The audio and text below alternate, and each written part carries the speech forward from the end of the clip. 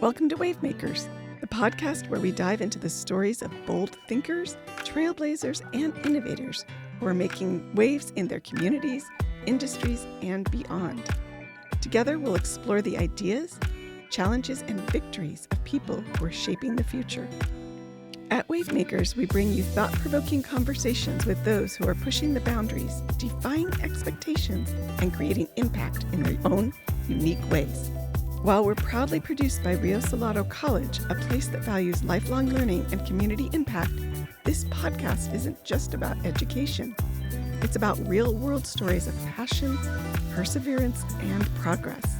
So, if you're ready to dive deep into the big ideas and get inspired by those who are making waves, you're in the right place. Let's get started. Welcome to Wavemakers. Today I am joined by one of our students and one of her clients. Today, if you have any interest in being a small business owner or starting a nonprofit, you are not going to want to miss this episode because this student has paved the way on how to successfully work with the community to bring services to a population in need. But I'm going to let her introduce herself to say a little bit about it. Shaniqua, why don't you just say a little bit about your name and what you're doing right now? Okay. Well, my name is Shaniqua Hopkins, and I am the founder of Seventh Dream Helping Hearts. I attend Rio Salado College. I also take some classes at South Mountain just to be in person sometimes.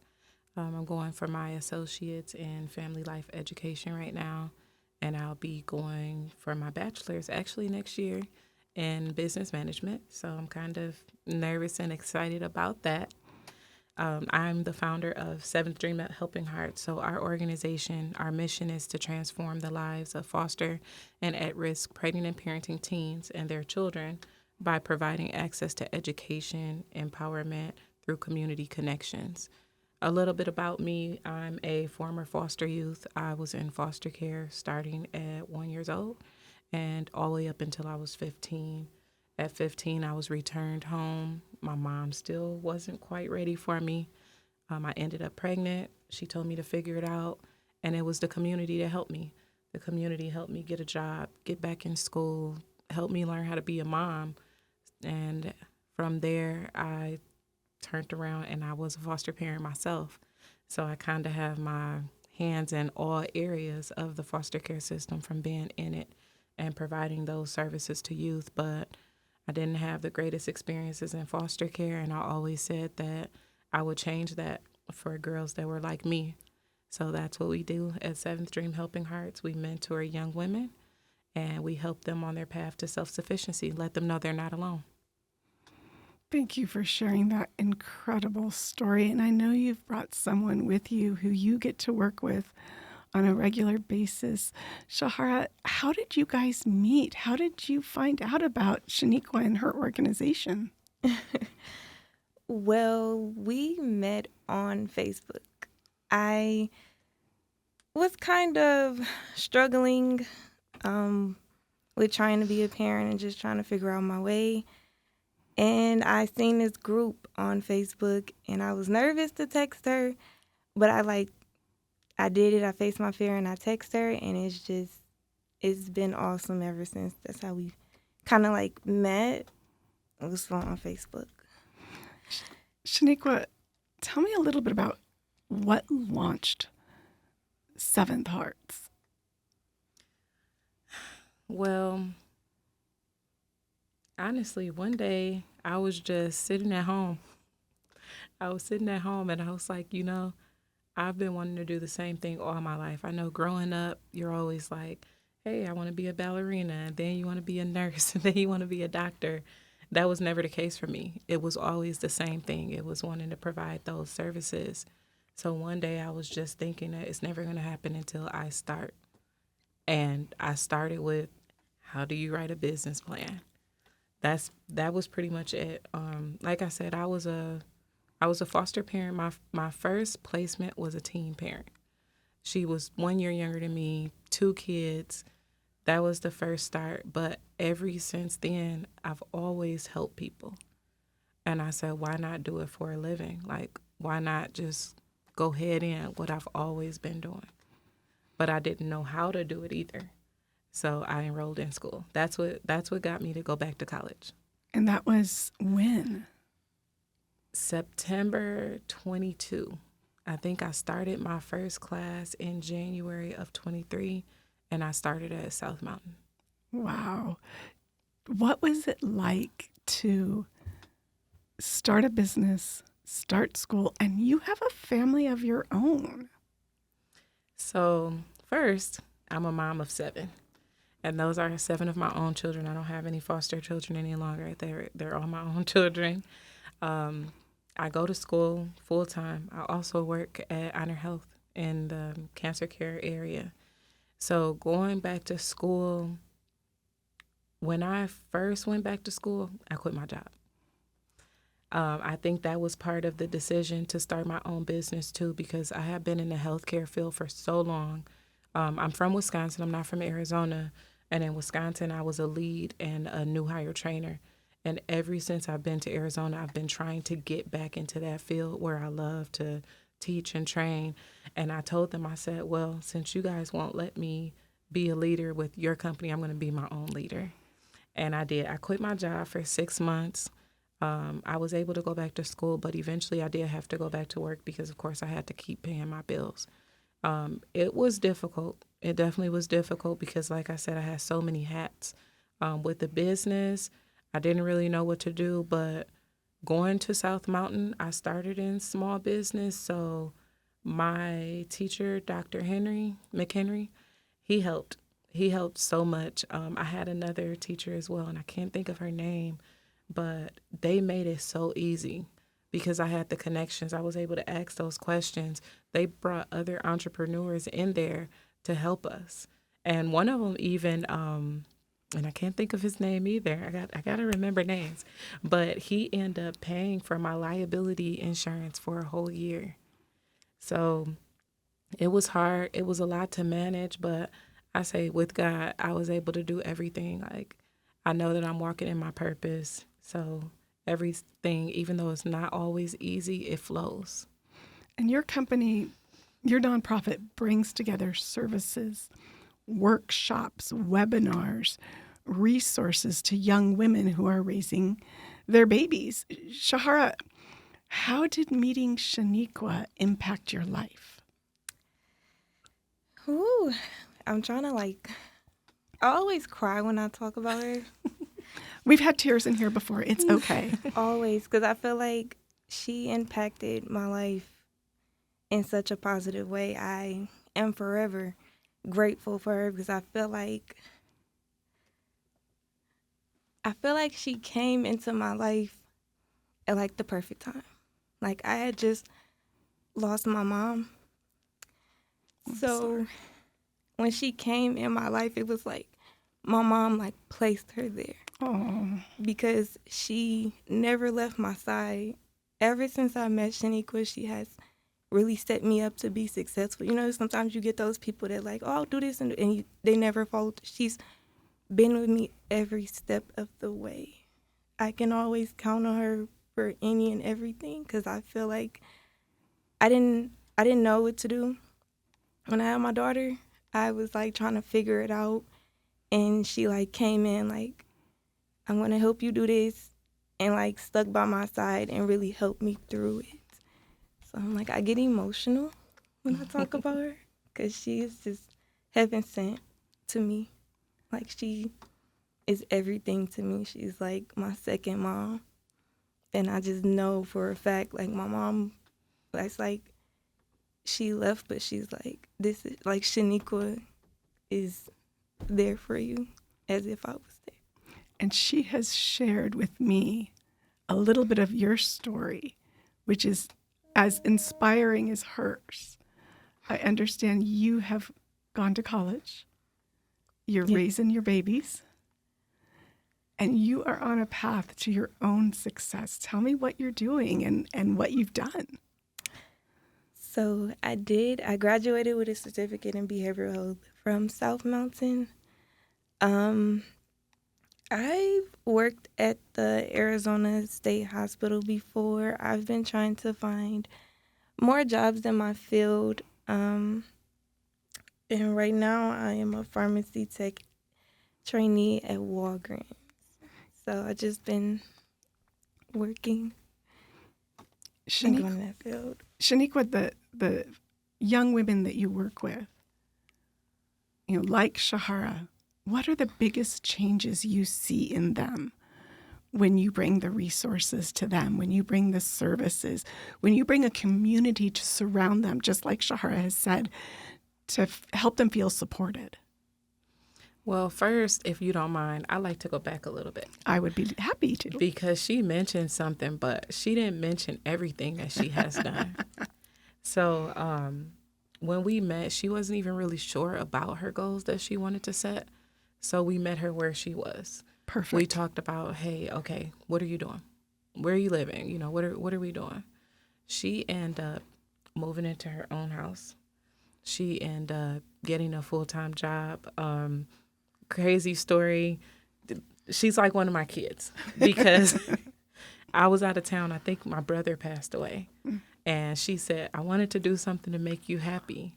And she got a job by herself. And we were supposed to be helping her with resumes and stuff like that. And I came back, she had a job near her house. She had daycare set up. So I don't feel like I'm there to support her. I'm there to encourage her and make sure that she has the resources that she needs. But she did it. She did it all. And she just kept going. She ended up getting her license. She ended up getting a car. I help her along the way, but it's her who's doing it. She might have just needed that helping heart behind her, but she did everything. So that's one of the biggest things that I see in my moms is that once you give them the resources that they need, it's not about handing them to them. It's about walking through it with them. It's about making sure that they make those connections. It's about giving them that little push. Like she said, she's been through a lot. So she might just need that extra reminder. Hey, did you do that? We send out positive affirmations. You never know how much that means to somebody. So many times that she woke up and she'll say, I needed that today. So the biggest thing I see that with the support system behind them, they don't fail. And I haven't seen her fail yet. Even when she called me and say, hey, you got a second? And we talked through it. And at the end of the day, I might have helped, but I feel like she figures it out on her own. So it's really just providing that family support that they may not have had or they might have lost, and just making sure they know that they're not alone in their journey. When you started the nonprofit, was this the vision? Do you think you've met it? Do you think you've gone beyond it? Do you have more to do? So I definitely have more to do. First, my vision was to provide housing. It was to do a teen group home, a mom teen group home. And when I started, they said they weren't accepting any more group homes. So I was like, it doesn't stop there. I have to be able to reach these youth. So I said, let's start with mentoring. I can do mentoring from my home. I can do mentoring from the community. So the vision has changed. I am not done. I still plan on providing housing.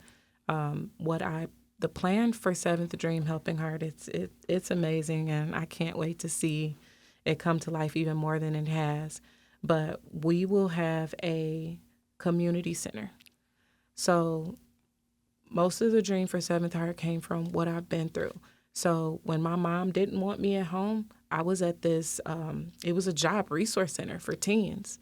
And you can come and do a resume, and they have parties every now and then, but they would let me come every day. The workers would start to buy pizza to make sure me and the baby had something to eat. I came in one day, they had toys for the baby. So it was so nice. It was a family outside of what I had at home because I didn't want to be at home with my mom. So we'll provide a community center. The community center will have laundry services. It'll have a food pantry. It'll still have those workforce services where we can finally have our own space to provide classes and help them with their resumes, help them with interviews. I've been working in the medical field forever. I love teaching in the medical field. I'm not even in the teaching area, and at work I'm still teaching people when they get hired. We plan on starting a medical medical customer service billing program where when they finish this program, they actually get a job in the medical field. We also plan to have transportation. The transportation will be able to take the moms to their doctor's appointment, make sure they have reliable access to healthcare services, doctor's appointments, WIC appointments, mental health services, whatever type of medical they need. And then again, the transitional housing. Transitional housing will be moms 18 and up. So they have to be an adult. They can be in foster homes or they can aged out. Those will provide a 2-year program. The purpose of that program is to make sure they're self-sufficient when they get out of here. We partner with Maricopa College. So many of our moms is in Maricopa College. That's where I send them to. Well, thank you. But we want to make sure that they have a certificate, or even if it's just something where we can get them the skills to get the higher paying job. We want them to leave out of that transitional housing, have a community behind them, but they're able to go out there and get a house that they can afford. And the biggest goal is to make sure that they don't have to rely on the government assistance. So that's the big dream for Seventh Dream Helping Hearts. And this all started when? In September of 22. We're at our third year anniversary. And how many young ladies have you worked with through the last 3 years? So the total number was 125. My goodness. And in our mentor program, we had 32.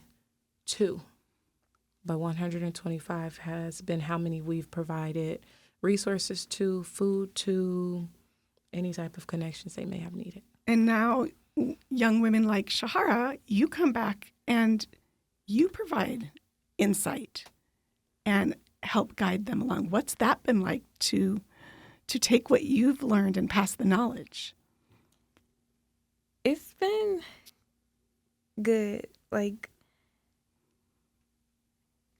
I don't know how to explain it, but it's nice to be able to help someone else, like to tell them about the program. And because sometimes you be skeptical, like, oh, are they really good? Are they going to really help? But it's like, I'm almost like living proof, like, yeah, she will be there. She will support you. She's really going to be by your side. It's like no strings attached or anything bad. It's like everything from Shaniqua has been positive. It's like all the resources are there to help you be successful. So it's been quite a good journey. We're certainly looking forward to hearing more about it. Is there more schooling in your future? Yeah. Yeah, I took a little break, but I'm thinking about going back to further my education in behavioral health. So we shall see. Shaniqua, how does this all come together as an organization? Is it grant funded? Do you seek sponsors? What are you doing? I know you've gotten one grant at least from one of Rio's partnerships. Tell me a little bit about how that works together. So I believe I've gotten 4. Yeah. 4 of them now. Wow. That's where my first grant came from. It was from South Mountain. Dr. McHenry said, apply. And I was nervous. I was like, I'm not going to get it. And I did.